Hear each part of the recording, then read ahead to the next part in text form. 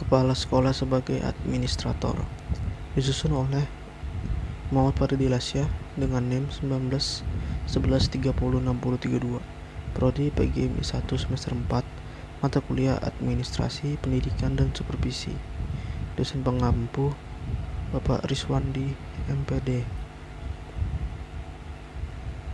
Kepala sekolah sebagai administrator pendidikan bertanggung jawab terhadap kelancaran pelaksanaan pendidikan dan pengajaran di sekolahnya. Untuk dapat melaksanakan tugas dengan baik, kepala sekolah hendaknya memahami, menguasai, dan mampu melaksanakan kegiatan-kegiatan yang berkenaan dengan fungsinya sebagai administrator pendidikan.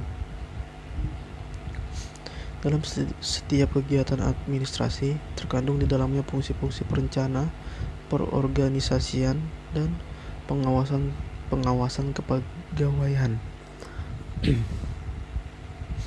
Fungsi kepala sekolah sebagai administrator antara lain adalah: yang pertama, membuat perencanaan atau planning,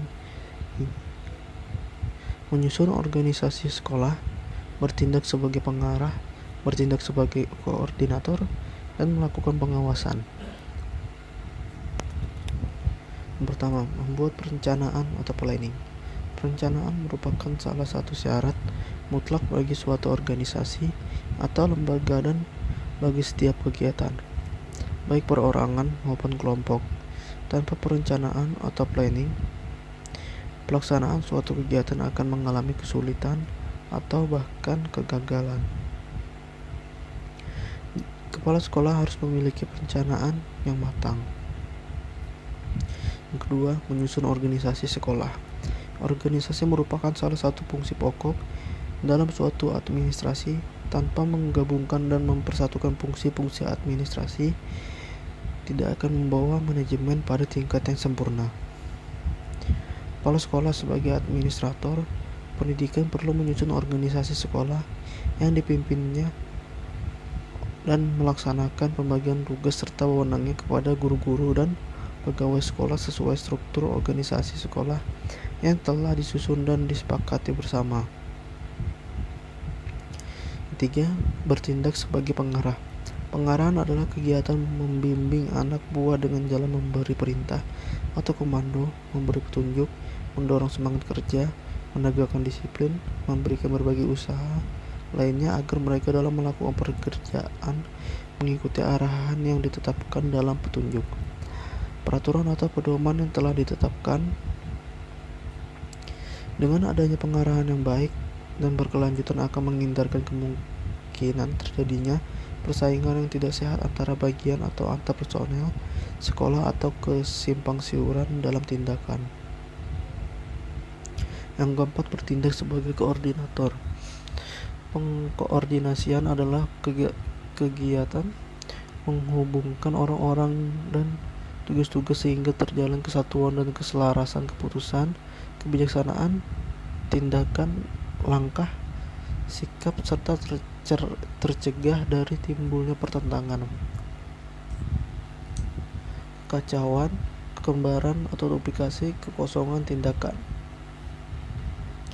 Dalam melakukan setiap kegiatan, setiap individu atau instansi dapat bekerja dengan baik kalau ada kebulatan pemikiran dan kesatuan tindakan yang terarah pada suatu sasaran yang telah ditentukan dan disepakati bersama. Yang kelima, melakukan pengawasan. Secara umum, pengawasan meliputi kegiatan mengarahkan dan membimbing maupun memeriksa, mempertimbangkan, dan menilai. Pengawasan diperlukan pada semua bidang kegiatan sekolah, program pengajaran, personal, murid, keuangan, perlengkapan, tata laksana, dan hubungan masyarakat. Tugas dan tanggung jawab kepala sekolah sangatlah besar. Tanggung jawab bukan hanya atas kelancaran jalannya sekolah secara teknis akademis saja, tapi juga banyak permasalahan yang timbul dan harus dipecahkan oleh kepala sekolah.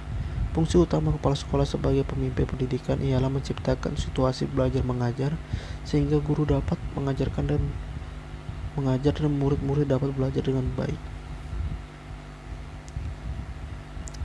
Kepala sekolah memiliki tanggung jawab ganda, yaitu melaksanakan administrasi sekolah sehingga tercipta situasi belajar mengajar yang baik, dan melaksanakan supervisi sehingga guru-guru bertambah dalam menjalankan tugas-tugas pengajaran dan dalam membimbing pertumbuhan murid-murid. Simpulan mula, tugas dan tanggung jawab kepala sekolah yang sangat banyak.